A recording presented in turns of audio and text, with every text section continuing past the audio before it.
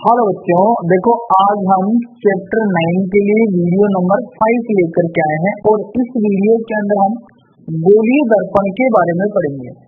तो गोलीय दर्पण दो प्रकार के होते हैं, अवतल और उत्तल। तो इन दोनों के बारे में पढ़ेंगे। और इसके अलावा गोलीय दर्पण के अंदर ये जो प्रकार है अवतल दर्पण का, इसी के दो अलग रूप और है। एक तो होता है अग्रविलेपित दर्पण और दूसरा होता है परवलयिक दर्पण। तो इसके बारे में भी अपन इसी वीडियो के अंदर पढ़ेंगे। तो स्टार्ट करते हैं भाई गोलीय दर्पण।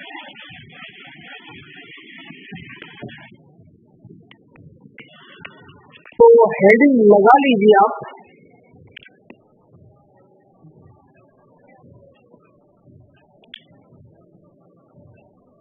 गोलीय दर्पण। गोलीय दर्पण, तो गोलीय दर्पण क्या होता है? तो एक सीधी सी परिभाषा इसकी कि ऐसा दर्पण जिसकी परावर्तक सतह या परावर्तक पृष्ठ गोलीय हो उसे बोला जाता है गोलीय दर्पण। ठीक है, तो हम समझते हैं गोलीय दर्पण को। देखो भाई, गोलीय दर्पण बनाने के लिए क्या करना होता है? हमारे पास में एक खोखला कांच का गोला होता है। खोखला कांच का गोला है, ये पूरी जो सतह है इसकी ये कांच की बनी हुई है, अंदर से ये खोखला है। तो ये जो खोखला कांच का गोला है इसकी एक सतह को हम यहाँ से काट लेते हैं। ठीक है, ये यहाँ से हमने इस सतह को क्या कर लिया? काट लिया। तो काटने के बाद में ये ऐसी सतह हमें क्या हो जाएगी? मिल जाएगी।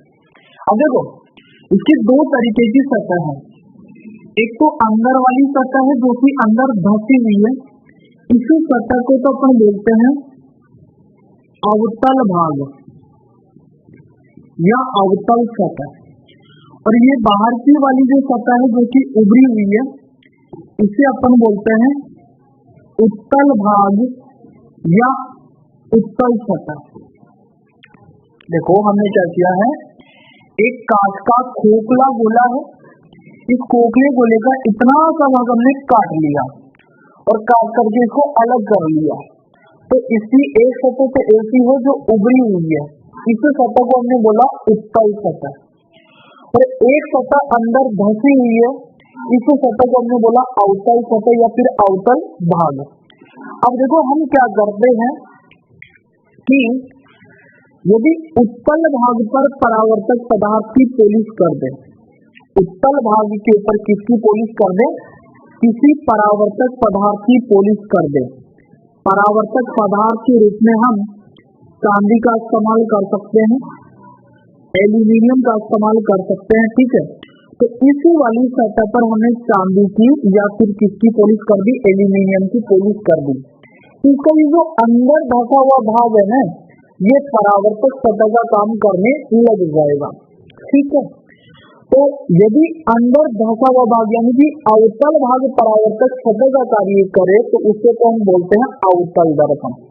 तो अवतल दर्पण जब भी हमें बनाना है तो इसके अवतल वाले भाग को परावर्तक सतह के रूप में काम करना होगा। और इसके लिए हमें क्या करना होगा? जो उत्तल वाला भाग है उसके ऊपर सिल्वर की या चांदी की क्या करनी होगी? पॉलिश करनी होगी। दूसरी कंडीशन देखो, ये वही कटा हुआ भाग है हमारे पास में, लेकिन इस बार हमने क्या किया? इसका जो अंदर धंसा हुआ भाग है इसके ऊपर पॉलिश कर दी। अंदर धंसा हुआ भाग मतलब अवतल भाग के ऊपर। तो इसका ये जो ऊपर उभरा हुआ भाग है जिसे अपन उत्तल भाग बोलते हैं, ये उत्तल भाग परावर्तक सतह का कार्य करने लग जाएगा। इधर तो हमने किसकी पॉलिश कर दी? चांदी की या फिर एल्यूमिनियम की पॉलिश कर दी, है ना। तो इसका ये जो ऊपर उभरा हुआ भाग है जिसे अपन बोलते हैं उत्तल भाग, ये भाग परावर्तक सतह का कार्य करने लग जाएगा। तो ऐसा जो दर्पण है उसे अपन बोलते हैं उत्तल दर्पण। तो एक तो अवतल दर्पण हो गया और दूसरा उत्तल दर्पण हो गया। ये दोनों ही दर्पण गोलीय दर्पण बोले जाते हैं क्योंकि दोनों की ही जो परावर्तक सतह है, चाहे उभरी हुई हो चाहे अंदर बसी हुई हो, दोनों ही कैसी होती? गोलीय होती है। तो आप सीधी सीधी बात ये ध्यान रखें कि अवतल दर्पण है तो मतलब अंदर धंसी हुई सतह या अवतल सतह परावर्तक सतह का कार्य करेगी, और यदि दर्पण उत्तल है तो ऊपर उभरी हुई सतह है या उत्तल सतह है वो परावर्तक सतह का क्या करेगी, कार्य करेगी। तो चलो भाई अब अपन क्या करते हैं, इनकी डेफिनेशन लिख लेते हैं। तो आप अपनी पेन कॉपी उठा लें और नोट बनाना स्टार्ट कर लें। अभी तो सबसे पहले अपन बात कर लेते हैं गोलीय दर्पण की परिभाषा की। तो गोलीय दर्पण आप किसे बोलेंगे, देखो ऐसा दर्पण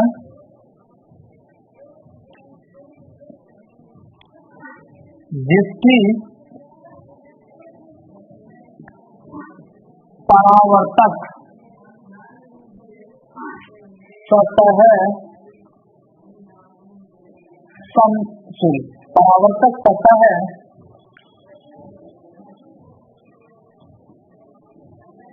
गोलीय हो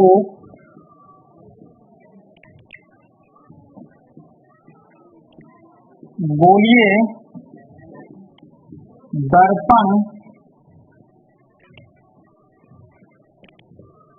कहलाता है, गोलीय दर्पण कहलाता है। ऐसा दर्पण जिसकी परावर्तक सतह गोलीय हो वो क्या कहलाता है, गोलीय दर्पण कहलाता है। दूसरी चीज देखो, गोलीय दर्पण दो प्रकार के होते हैं।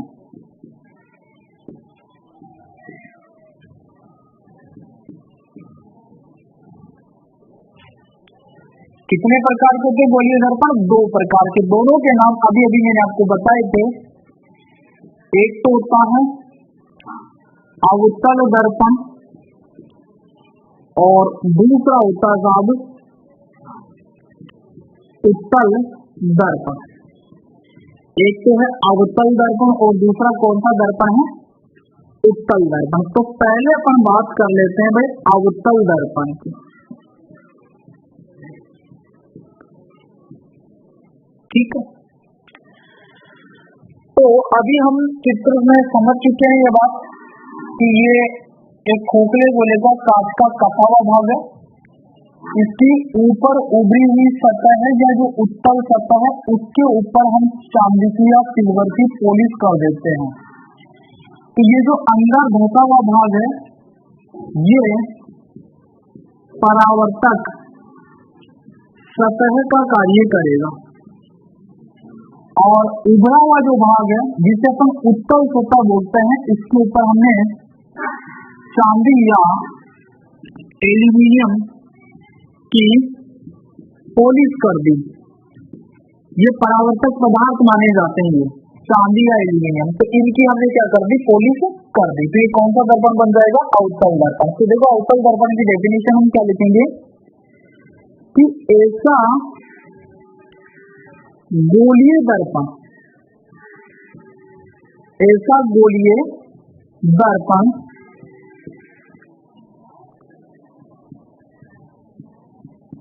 जिसकी अंदर धंसी हुई सतह है, और ये जो अंदर धंसी हुई सतह है इसको अवतल सतह भी बोला जाता है। तो मैं यहाँ कोष्टक में लिख दी अवतल सतह है।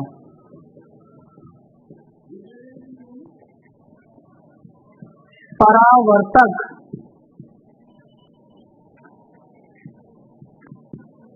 सतह का कार्य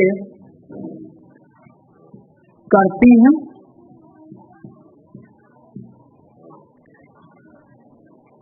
अवतल दर्पण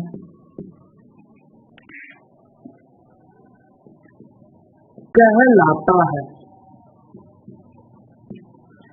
तो बात आपको समझ में आ गई होगी।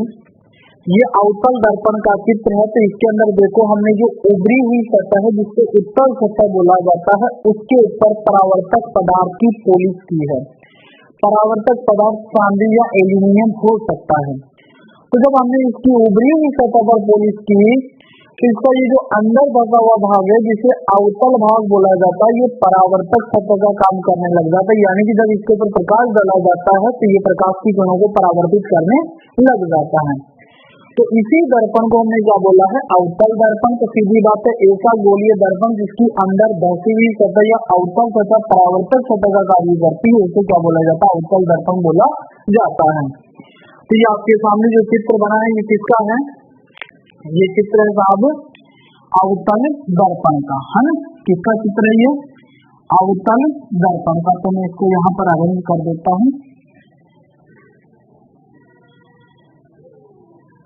ये पॉलिश हो गई इसकी। तो ये तो हो गई आपकी परावर्तक पदार्थ, परावर्तक पदार्थ। और परावर्तक पदार्थ के रूप में एल्यूमिनियम या सिल्वर का इस्तेमाल किया जाता है, की पॉलिश, की पॉलिश। और ये जो अंदर धसी हुई सतह है जो परावर्तक सतह का कार्य कर रही है, तो इसके लिए मैं लिख देता हूँ, ये कौन सी सतह हो गई इसकी, परावर्तक सतह हो गई। ये चित्र हो गया अपने अवतल दर्पण का, ठीक है। अब एक चीज और है, भाई ध्यान से सुनना। ये अवतल दर्पण क्या करता है, अपने ऊपर पड़ने वाली प्रकाश की समांतर किरणों को अभिसारित कर देता है। अभिसारित करने का मतलब होता है एक जगह इकट्ठा कर देना, एक बिंदु पर मिला देना। तो अवतल दर्पण अपने ऊपर पड़ने वाली प्रकाश की समांतर किरणों को अभिसारित कर देता है, इसलिए इसको अभिसारी दर्पण भी बोला जाता है। क्या बोला जाता है, अभिसारी दर्पण भी इसको बोला जाता है। तो अवतल दर्पण का एक दूसरा नाम और है, इसको क्या बोला जाता है, अभिसारी दर्पण भी बोला जाता है। क्यों बोला जाता है, क्योंकि ये अपने ऊपर पड़ने वाली प्रकाश की समांतर किरणों को अभिसारित कर देता है, इसलिए इसको अभिसारी दर्पण भी बोला जाता है, ठीक है। तो यहाँ पर ये लाइन में लिख देता हूं, अवतल दर्पण अपने ऊपर पड़ने वाली प्रकाश की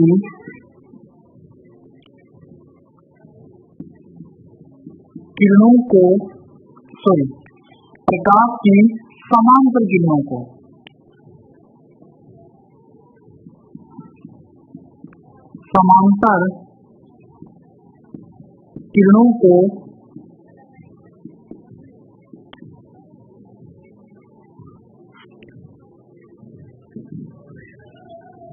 अभिसारित कर देता है, इसलिए अवतल दर्पण को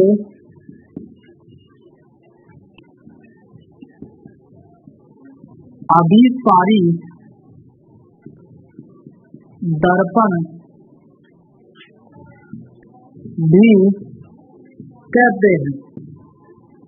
क्या बोला जाता है, इसको अभिसारी दर्पण भी बोला जाता है। देखो ये आपका अवतल दर्पण है, क्या है, अवतल दर्पण, और इसके ऊपर प्रकाश की समांतर किरणें डाली गई।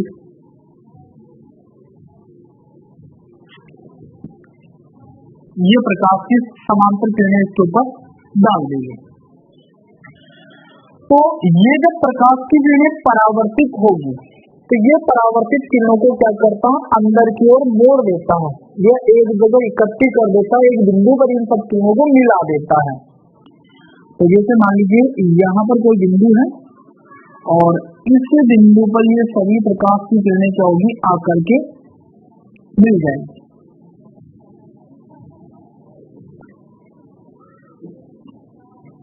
ठीक है, तो अभिसारित करने का मतलब यही होता है कि एक जगह इकट्ठा कर देना या एक बिंदु पर मिला देना। तो यहाँ पर इस बिंदु पर उसने सारी किरणों को अभिसारित कर दिया है, मिला दिया है, इसी कारण से इसको अभिसारी दर्पण बोला जाता है। अब ध्यान देना, ये प्रकाश की सारी किरणें जिस बिंदु पर मिली है ना, इस बिंदु को हम कैपिटल एफ से दिखाते हैं, और ये कैपिटल एफ फोकस बिंदु बोला जाता है। क्या बोला जाएगा? फोकस बिंदु। ये जो कैपिटल एफ है ये इस अवतल दर्पण का फोकस बिंदु है। नेक्स्ट जो वीडियो है उसके अंदर मैं आपको दर्पण से संबंधित कुछ शब्दावलियां बताऊंगा, उसी शब्दावली के अंदर ये बात भी अपन पढ़ेंगे कि फोकस बिंदु क्या होता है। फिलहाल आप ये जानिए कि ये समांतर किरणें इस अवतल दर्पण पर आई है, तो परावर्तित होने के बाद में जिस बिंदु पर ये आपस में मिल रही है वो बिंदु ही क्या है? फोकस बिंदु है। तो यहाँ पर मैं इस चित्र का नाम बोलता हूँ आपके सामने, अवतल दर्पण की अभिसारी प्रकृति। अभिसारी प्रकृति हो गई इसकी। अभिसारी का मतलब एक जगह इकट्ठा कर देने वाली प्रकृति हो गई। तो भाई देखो ये बात हो गई आपके सामने अवतल दर्पण की। देखो हमने ये पढ़ा है कि ऐसा गोलीय दर्पण जिसकी परावर्तक सतह गोलीय होती है उसे गोलीय दर्पण कहा जाता है। गोलीय दर्पण दो प्रकार के हैं, अवतल दर्पण और उत्तल दर्पण। तो पहले हमने किसके बारे में पढ़ा है? अवतल दर्पण के बारे में पढ़ा है। ठीक है, तो हमने क्या पढ़ा अवतल दर्पण के बारे में? ऐसा गोलीय दर्पण जिसकी अंदर धंसी हुई सतह, और अंदर धंसी हुई सतह को अवतल सतह भी बोला जाता है। तो ऐसा गोलीय दर्पण जिसकी अंदर धंसी हुई सतह या अवतल सतह परावर्तक सतह का कार्य करती है उसे अवतल दर्पण कहा जाता है। तो ये दर्पण का हिस्सा है। ठीक है, इसका उभरा हुआ भाग है, उसके ऊपर परावर्तक पदार्थ की पॉलिश कर दी तो अंदर का धंसा हुआ भाग परावर्तक सतह का कार्य कर रहा है, तो यही क्या हो गया? अवतल दर्पण हो गया। तो दूसरी चीज अपन ने क्या जानी, तो ये अवतल दर्पण अपने ऊपर पड़ने वाली प्रकाश की समांतर किरणों को क्या कर देता है? अभिसारित कर देता है, इसलिए इसको अभिसारी दर्पण भी बोला जाता है। तो ये अवतल दर्पण है और इसकी ये अभिसारी प्रकृति हमने दिखा दी। प्रकाश की समांतर किरणें आई है, परावर्तित होने के बाद में एक बिंदु पर आकर के क्या हो गई? मिल गए। अभिसारित करने का मतलब होता है इकट्ठा कर देना। तो यहाँ पर ये क्या कर दिया? इसने इकट्ठा कर दिया। तो वीडियो को पॉज करके आप इन बातों को नोट करेंगे, उसके बाद में हम बात करेंगे उत्तल दर्पण की। तो वीडियो पॉज करके नोट करो।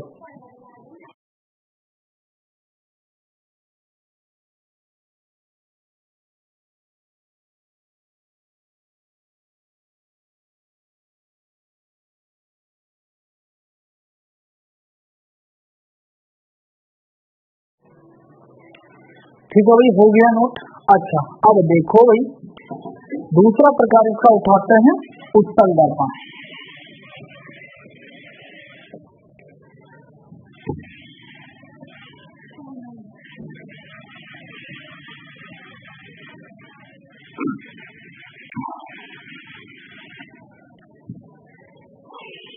तो आप दूसरी हेडिंग लगा लें,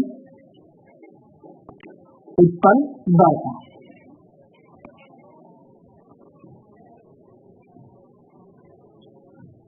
उत्तल दर्पण तो कौन सा दर्पण है ये उत्तल दर्पण? तो डायग्राम का समझ लीजिए पहले। ये आपके पास में कांच के गोले का कटा हुआ भाग, ठीक है। इस बार हमने क्या किया, इसका जो अंदर धंसा हुआ भाग है उसके ऊपर परावर्तक पदार्थ की पॉलिश कर दी। इसका ये जो ऊपर उभरा हुआ भाग है जिसे उत्तल भाग बोला जाता है या उत्तल पृष्ठ बोला जाता है, ये परावर्तक सतह का कार्य करने लग जाता है। तो यहाँ पर मैं लिख देता हूँ परावर्तक पदार्थ, और परावर्तक पदार्थ के रूप में हम एल्यूमिनियम या सिल्वर लेते हैं की पॉलिश। तो ये ऊपर उभरी हुई भाग किसका कार्य कर रही है? परावर्तक सतह का ये कार्य कर रही है। तो ये चित्र हो गया था आपके उत्तल दर्पण का। तो परिभाषा हम इसी चित्र से तैयार कर सकते हैं कि ऐसा दर्पण जिसका ऊपर उभरा हुआ भाग या उत्तल भाग परावर्तक सतह का कार्य करता है, उसे ही क्या बोला जाता है? उत्तल दर्पण बोला जाता है। तो डेफिनेशन हम लिख सकते हैं, ऐसा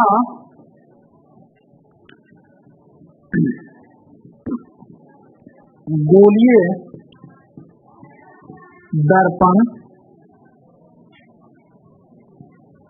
जिसका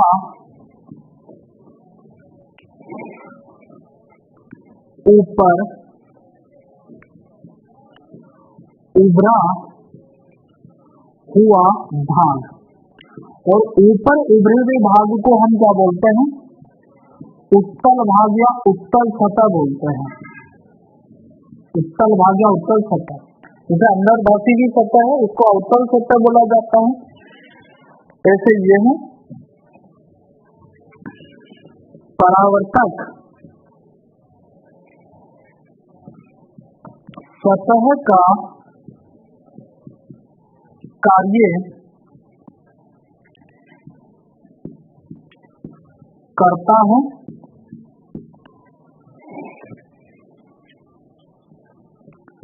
उत्तल दर्पण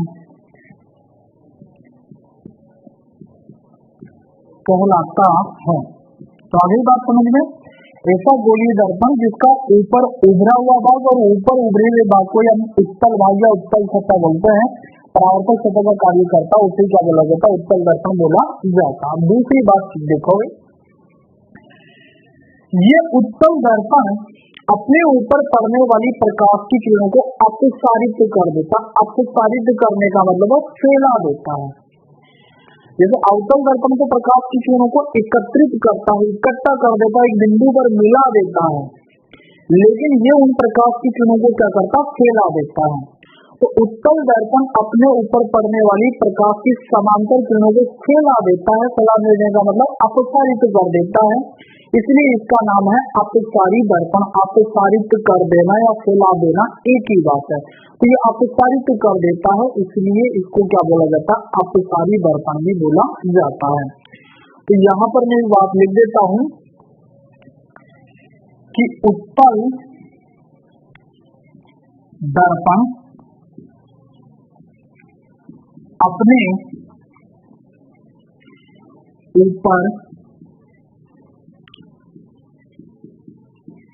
पड़ने वाली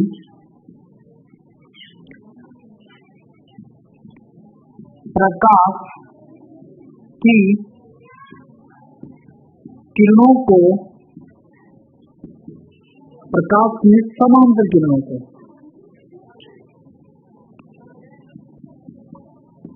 समांतर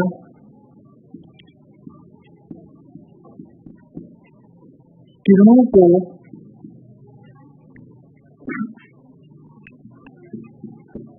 अपसारित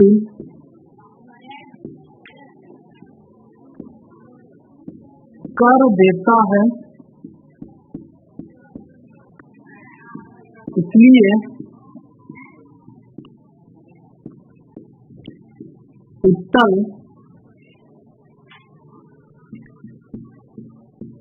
दर्पण को अपसारी दर्पण भी कहते हैं। अपसारी दर्पण भी कहते हैं। ठीक है, तो यहाँ पर मैं डायग्राम दे देता हूँ आपको भी। ये आपका हो गया उत्तल दर्पण और इसके ऊपर हम प्रकाश की समांतर किरणें डाल रहे हैं। क्या करिए, हमने प्रकाश की समांतर किरणें इसके ऊपर डाल दी। तो ये प्रकाश की किरणों को फैलाएगा, जब परावर्तित करेगा तो फैलाएगा। तो ये प्रकाश की किरणें ऐसे चली जाएगी फैल करके, परावर्तित होकर के ये ऐसे जाएगी, ऐसे लौट गई, ये ऐसे लौट गई, ये ऐसे लौट गई और ये ऐसे लौट गई। लेकिन यहाँ पर भी ऐसे ध्यान देना कि ये परावर्तित किरणें हैं, इनको जब हम पीछे की दिशा में बढ़ाएं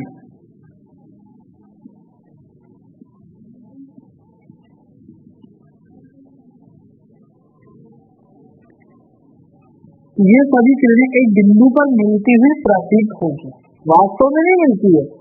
पीछे यदि अपन काल्पनिक रेखाएं खींच करके बढ़ाएं इन किरणों को तो एक बिंदु पर मिलती हुई प्रतीत होगी, और ये जो बिंदु है ये इस अवतल दर्पण का फोकस बिंदु कहलाता है, सॉरी उत्तल दर्पण का फोकस बिंदु कहलाता है। ये जो बिंदु है जिस पर अपन ने परावर्तित किरणों को आभासी काल्पनिक रेखाएं खींच करके पीछे बढ़ाया है वो वास्तव में इधर जा रही है, लेकिन पीछे हमने काल्पनिक रेखाएं खींच ली तो पीछे बढ़ाने पर ये एक बिंदु पर मिलती हुई प्रतीत होती है, और ये बिंदु क्या कहलाता है, इस उत्तल दर्पण का फोकस बिंदु कहलाता है। ठीक है, तो इस चित्र का नाम क्या देंगे हम, इस चित्र का नाम हम देंगे उत्तल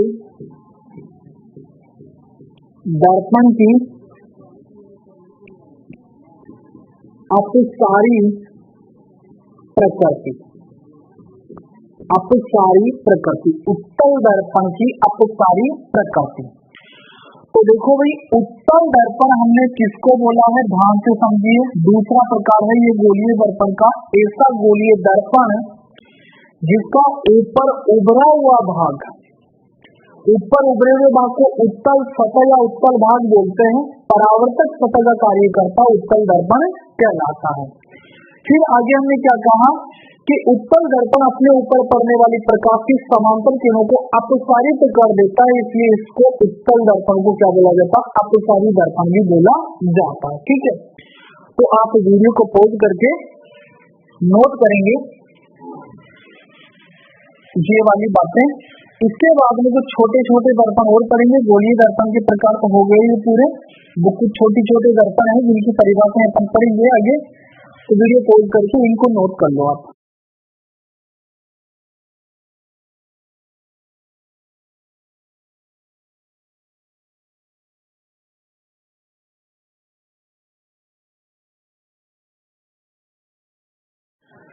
ठीक है, अभी कर लिया आपने नोट। अब देखो अलग से एक प्रश्न बन जाता है कई बार कि अभिसारी दर्पण को किसे बोला जाता है और अपसारी दर्पण किसे बोला जाता है। तो वैसे तो आपको पता है अभिसारी दर्पण हम अवतल दर्पण को ही बोलते हैं और अपसारी दर्पण हम उत्तल दर्पण को ही बोलते हैं, लेकिन फिर भी इनकी परिभाषाएं हैं अलग से। तो परिभाषाएं क्या है समझना। सबसे पहले अपन ले लेते हैं यहाँ पर अभिसारी दर्पण, अभिसारी दर्पण। तो अब ये गोलीय दर्पण के प्रकार नहीं है, गोलीय दर्पण के दो ही प्रकार है, उत्तल और अवतल। ये अलग से दर्पण चल रहे हैं बता, इसलिए मैंने कुछ भी नंबर नहीं दिया इनको, स्टार इसीलिए लगाया भाई अपना ये अलग टॉपिक है। तो अभिसारी दर्पण, तो इसके लिए हम क्या लिखेंगे कि ऐसे दर्पण जो अपने ऊपर पड़ने वाली प्रकाश की समांतर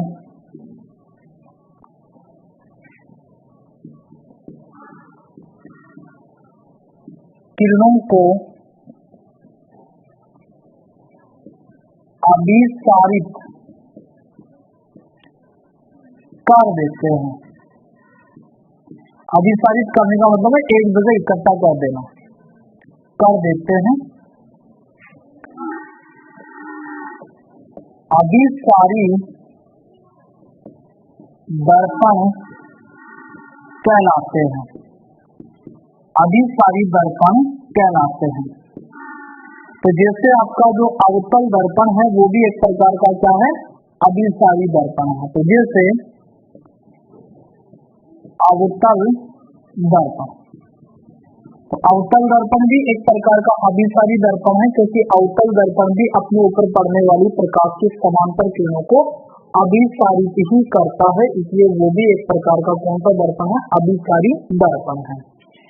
दूसरा अपन प्रकार ले लेते हैं अपसारी दर्पण का। तो अपसारी दर्पण क्या होता है, तो ऐसे दर्पण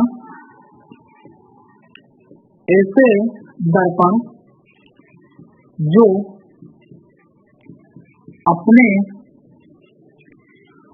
ऊपर पड़ने वाली प्रकाश की समांतर किरणों को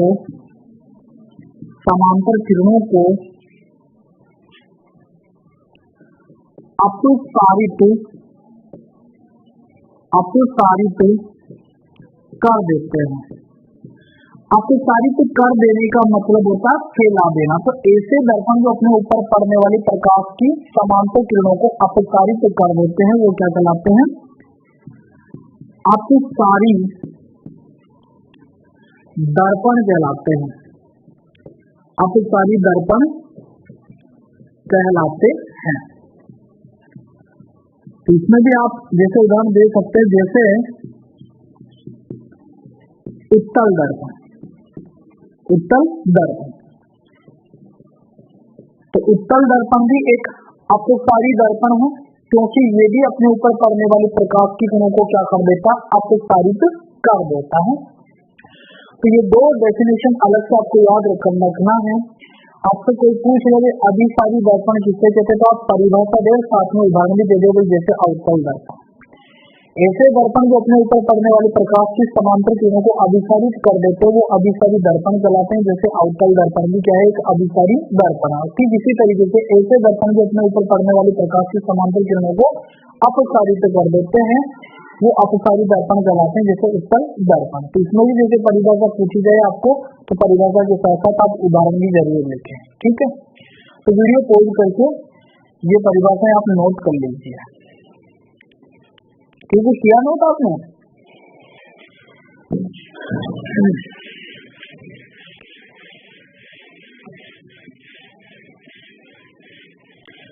आपको पता है अभिसारित का मतलब होता है इकट्ठा कर देना, और अपसारित का मतलब होता है फैला देना।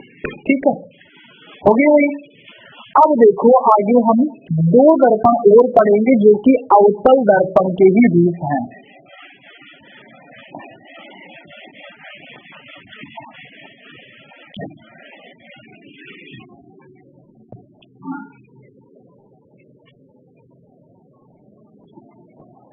एक तो हमें पढ़ना है अग्र विलेपित दर्पण। अग्र विलेपित दर्पण, तो वैसे ये अवतल दर्पण का ही एक रूप है। देखो इसमें क्या होता है कि वैज्ञानिक उपकरणों में हम जब यथार्थ प्रेक्षण चाहते हैं, कैसे प्रेक्षण, यथार्थ प्रेक्षण,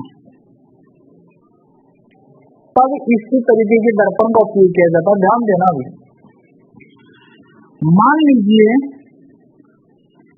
ये आपका अवतल दर्पण है, इतना मोटा कांच है इसका, और फिर पीछे जाकर के हमने परावर्तक पदार्थ की पॉलिश कर रखी है। क्या कर रखी है, पीछे की ओर हमने क्या कर रखा, यहाँ पर परावर्तक पदार्थ की पॉलिश कर दी। तो मान लीजिए परावर्तक पदार्थ की लेयर है पीछे की ओर, ऐसे ये परावर्तक पदार्थ की लेयर है पीछे की। अब देखो भाई, जब प्रकाश की किरण इसके ऊपर पड़ती है तो क्या होता है, ये बीच में कांच भी तो पड़ रहा है, इसकी कुछ ना कुछ मोटाई तो है ना कांच की, और कांच एक पारदर्शी पदार्थ है। तो प्रकाश जो है हवा से आया, पहले कांच में प्रवेश करेगा ये, तो जब ये कांच में प्रवेश करता है ना भाई, तो इसका अपवर्तन हो जाता है, ये कुछ मात्रा में मुड़ जाता है। जब ये हवा से कांच में प्रवेश करता है तो कुछ मात्रा में ये मुड़ जाता है, और मुड़ने के बाद में ये जो परावर्तक पदार्थ की पोलिस है उससे टकरा करके फिर परावर्तित होता है। परावर्तित किससे होगा? ये जो परावर्तक पदार्थ की हमने पोलिस कर रखी है इससे फिर वापस कांच में आएगा, और कांच से फिर ये कहाँ प्रवेश करेगा? वायु के अंदर प्रवेश करेगा। तो मेरे कहने का मतलब ये है कि यहाँ पर जो प्रकाश की किरण गई है वो कांच से टकरा करके नहीं आई है, वो कांच के अंदर भी प्रवेश कर गई, और पीछे की ओर जो परावर्तक पदार्थ की जो पोलिस हमने की है उससे वो प्रकाश टकरा करके फिर वापस कांच में आकर कांच से फिर वापस वायु में आता है। तो जब ये सारा काम हो रहा है और हम किसी वैज्ञानिक कार्य के लिए वो गणना करना चाहते हैं, तो हम क्या करते हैं? ये प्रकाश किरण जहां पर गिरी है इसी को अपन ने आपतन बिंदु मान लेते हैं, और ऐसा मान लेते हैं इसी से प्रकाश टकरा करके वापस आया है। लेकिन वास्तव में तो ऐसा होता नहीं है। प्रकाश तो किससे टकरा करके आता है? यहाँ से टकरा करके आता है। तो जब हम इस तरीके का अवतल दर्पण काम में लेते हैं तो हमारी जो वैज्ञानिक दृष्टि से हम गणनाएं करने वाले हैं इन किरणों से संबंधित वो सही नहीं आएगी, क्योंकि प्रकाश तो वास्तव में इस परावर्तक पदार्थ से टकरा करके आता है, कांच से टकरा करके नहीं जाता है। लेकिन वास्तव में हम मान ऐसा लेते हैं इससे टकरा करके आ रहा है, लेकिन इससे नहीं आता है। ये टकरा कर तो किससे आएगा? उस पोलिस से टकरा करके आएगा जो परावर्तक पदार्थ है उसकी पोलिस से टकरा करके आता है। इस समस्या के समाधान के लिए हम देखो क्या करते हैं। ये हमारे पास में अवतल दर्पण, ठीक है। इस अवतल दर्पण के अवतल पृष्ठ पर ही हम पोलिश कर देते हैं। अवतल दर्पण के अवतल पृष्ठ पर ही हम क्या कर देते हैं? पोलिश कर देते हैं। लेकिन ये जो पोलिश होगी ना ये बहुत ही सावधानी से होगी। सामान्यतः चांदी की पोलिश की जाती है और काफी चमकदार सतह बनाई जाती है। कैसी सतह बनाई जाती है? काफी चमकदार सतह इस पोलिश की बनाई जाती है। तो हमने ये जो दर्पण है इसकी अवतल सतह के ऊपर ही क्या कर दी? परावर्तक पदार्थ की पोलिश कर दी, और ये जो पोलिश है काफी चमकीली होती है। अब इस दर्पण में अपन क्या करते हैं? इसका जो अवतल वाला भाग है इसी को परावर्तक सतह के रूप में भी काम में लेते हैं। भाई और दर्पणों में तब अपन क्या कर रहे थे? इधर पोलिश किया हमने इधर वाली सतह पर, तो इधर वाली सतह परावर्तक सतह का काम करती थी, और यदि इधर का पोलिश किया तो इधर वाली सतह को परावर्तक सतह के रूप में काम में लेते थे। लेकिन इसमें हमने क्या किया है? इस अवतल सतह पर ही तो पोलिश करी है, और इस अवतल सतह को ही हम क्या कर रहे हैं? परावर्तक सतह के रूप में काम में ले रहे हैं। तो ये जो सतह पर अपन ने पोलिश की है ये काफी चमकीली होगी। अब देखो यदि मैं प्रकाश की किरण इसके ऊपर डालता हूँ तो ये परावर्तक पदार्थ है इसकी पोलिश इसी से टकरा करके क्या हो जाएगा? वापस आ जाएगा। तो इसके अंदर जब अपन गणना करेंगे तो कोई भी गलती होने की संभावना नहीं होगी। तो देखो भाई क्या बात है कि वैज्ञानिक उपकरणों में यथार्थ परीक्षण लेने के लिए, मतलब गणना को शुद्ध करने के लिए, यथार्थ परीक्षण करने का मतलब है गणना को शुद्ध करने के लिए अवतल दर्पण की अवतल सतह पर ही परावर्तक पदार्थ की पोलिश की जाती है, और इस अवतल सतह को ही परावर्तक सतह के रूप में काम में लिया जाता है। और ऐसे दर्पण को बोलते हैं अग्रविलेपित दर्पण। क्या बोलते हैं? अग्रविलेपित दर्पण। तो यहाँ पर हम लिख सकते हैं अभी कि वैज्ञानिक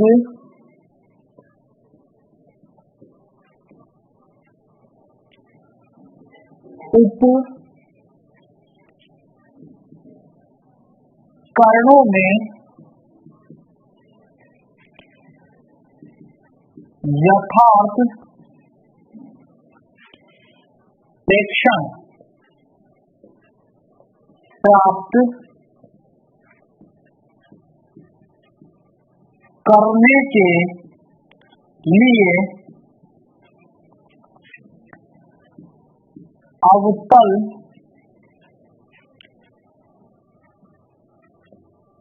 दर्पण की अवतल सतह पर ही परावर्तक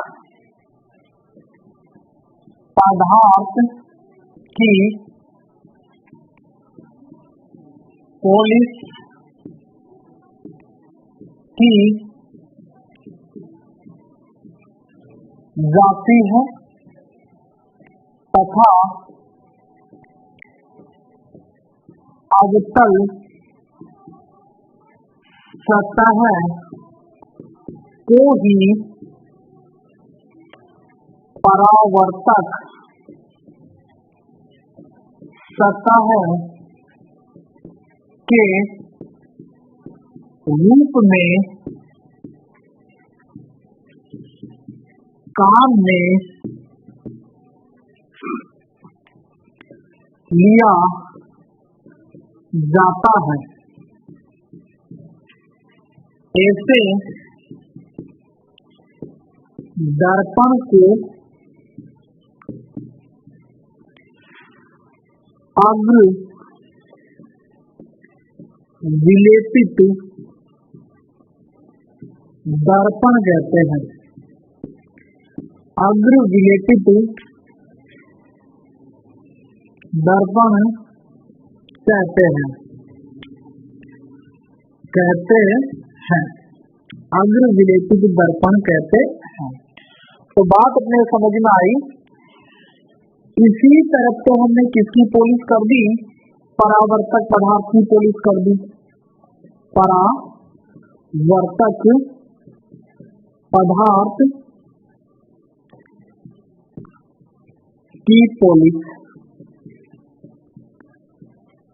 ठीक है, इसी सतह पर किया हमने। और परावर्तक सतह भी इसकी कौन सी है, यही है, तो परावर्तक सतह भी यही हो गई, परावर्तक सतह। तो इस तरीके से यह अग्र विलेपित दर्पण हो गया भी आपके सामने, ठीक है।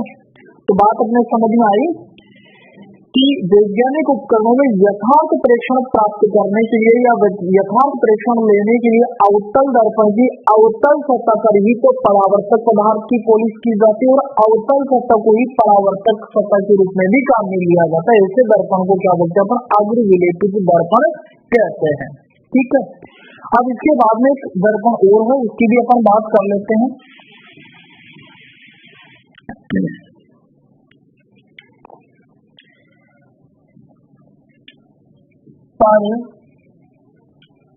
परवलयिक दर्पण,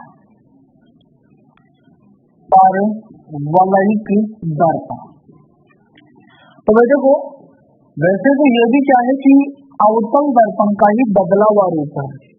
तो अवतल दर्पण जो होता है उसमें तो क्या है कि सतह बिल्कुल ऐसे गोलीय होती है। परवलयिक दर्पण में क्या होता है कि सतह गोलीय नहीं होकर के थोड़ी सी कम गोलीय होती है, लंबी ज्यादा हो जाती है और थोड़ी गोलीय उसकी जो गोलाई है वो कम होती है। तो ऐसे दर्पण को अपन बोलते हैं परवलयिक दर्पण। परवलयिक का मतलब ये है कि सतह पूरी तरीके से गोल नहीं है, थोड़ी सी वो इसकी जो चौड़ाई है वो बढ़ जाती है, तो गोलाई इसकी थोड़ी सी कम हो जाती है। तो ऐसा दर्पण कोई जिसकी परावर्तक सतह परवलयिक हो उसे अपन बोलते हैं परवलयिक दर्पण। तो परवलयिक दर्पण क्या होता है, थोड़ा बड़ा होता है, जो अवतल दर्पण होता है उससे थोड़ा बड़ा होता है। तो इसका उपयोग आजकल अपन अवतल दर्पण के लिए अवतल दर्पण के स्थान पर करते हैं। देखो पहले क्या होता था कि कोई ऐसा स्रोत है जिससे प्रकाश की समांतर किरणें आती है और उन समांतर किरणों को हम एकत्रित करना चाहते हैं, एक जगह इकट्ठा करना चाहते हैं, तो उसके लिए पहले अवतल दर्पण का उपयोग किया जाता था। लेकिन आजकल उसकी जगह हम परवलयिक दर्पण का क्या करते हैं, उपयोग करते हैं। तो सामान्यतः दैनिक जीवन में हम समांतर किरणों को एकत्रित करने के लिए आजकल परवलयिक दर्पण का क्या करते हैं, उपयोग करते हैं। जैसे कि यंत्र है टेलीस्कोप नाम का यंत्र। इस टेलीस्कोप नाम के यंत्र की सहायता से अपन क्या करते हैं, जो दूर से ग्रह है या कोई तारे हैं उनको जो प्रकाश आता है वो प्रकाश की समांतर किरणों के रूप में आता है तो उनकी किरणों को एकत्रित करने के लिए इसके अंदर जो टेलीस्कोप नाम का यंत्र है उसके अंदर भी हम क्या करते हैं, परवलयिक दर्पण का ही उपयोग करते हैं। तो पहले तो मैं आपके सामने इसकी परिभाषा लिख देता हूँ परवलयिक दर्पण की। तो आप इसके लिए क्या बोलेंगे कि ऐसा दर्पण जिसकी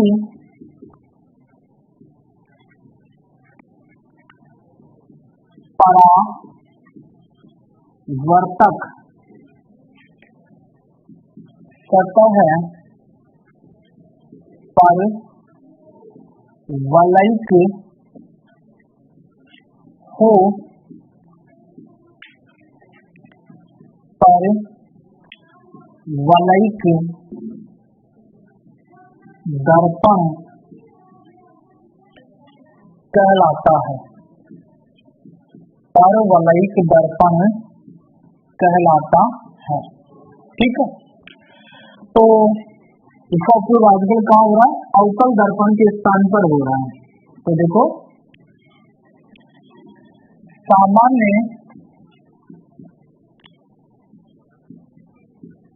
जीवन में हम प्रकाश की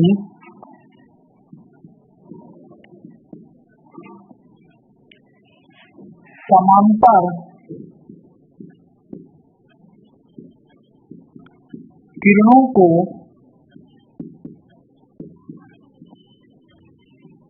एकत्रित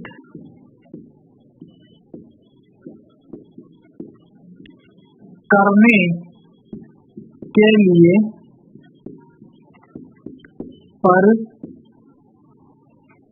परवलयिक दर्पण का उपयोग करते हैं।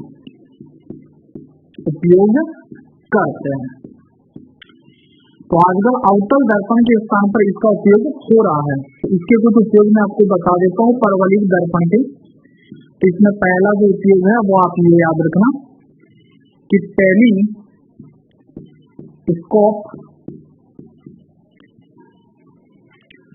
नामक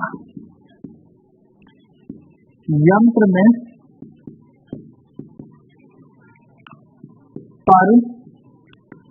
परवलयिक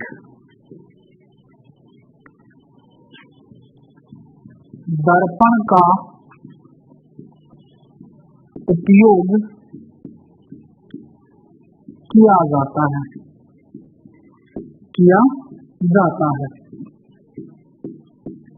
देखो भाई, टेलीस्कोप नाम का ये यंत्र है, इसकी सहायता से हम और जो ग्रह है, तारे हैं, इनका निरीक्षण करते हैं।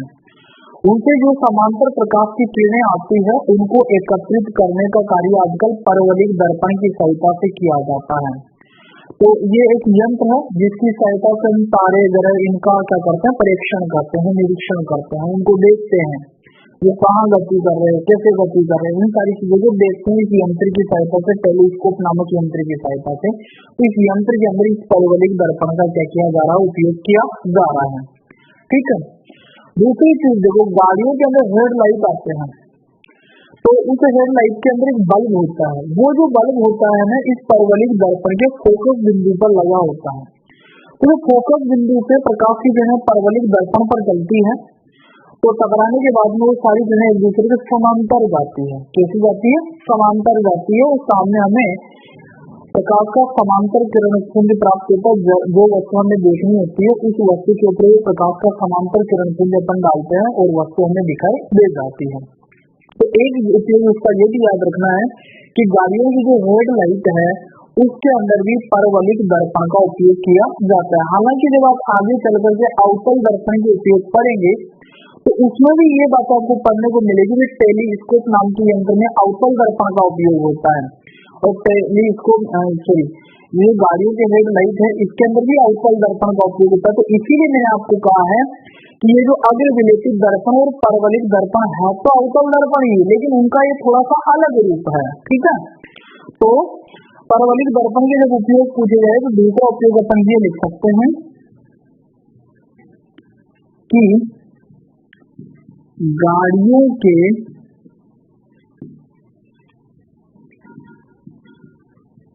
हेड लाइट में भी हेडलाइट में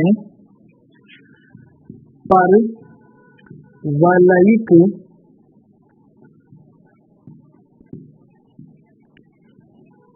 दर्पण का उपयोग किया जाता है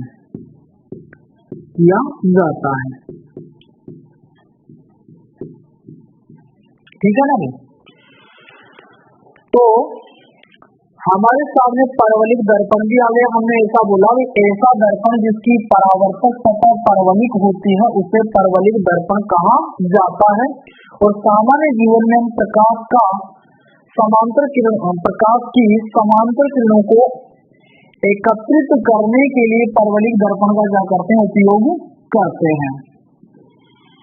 उपयोग क्या क्या है इसके? तो पहला उपयोग अपन ने देखा टेलीस्कोप नामक यंत्र में परवलिक दर्पण का उपयोग होता है। और दूसरा गाड़ियों के हेडलाइट में भी परवलिक दर्पण का भी उपयोग किया जाता है। और इधर से हमने अग्र विलेपित दर्पण भी पढ़ लिया है। वैज्ञानिक उपकरणों में यथार्थ प्रेक्षण प्राप्त करने के लिए अवतल दर्पण की अवतल सतह पर ही परावर्तक पदार्थ की पॉलिश की जाती है और अवतल सतह को ही परावर्तक सतह के रूप में भी काम में लिया जाता है। तो ऐसे दर्पण को क्या बोला जाता है? अग्र विलेपित दर्पण बोला जाता है। ठीक है, तो वीडियो पॉज करके ये दोनों जो दर्पण है ये भी आप नोट कीजिए।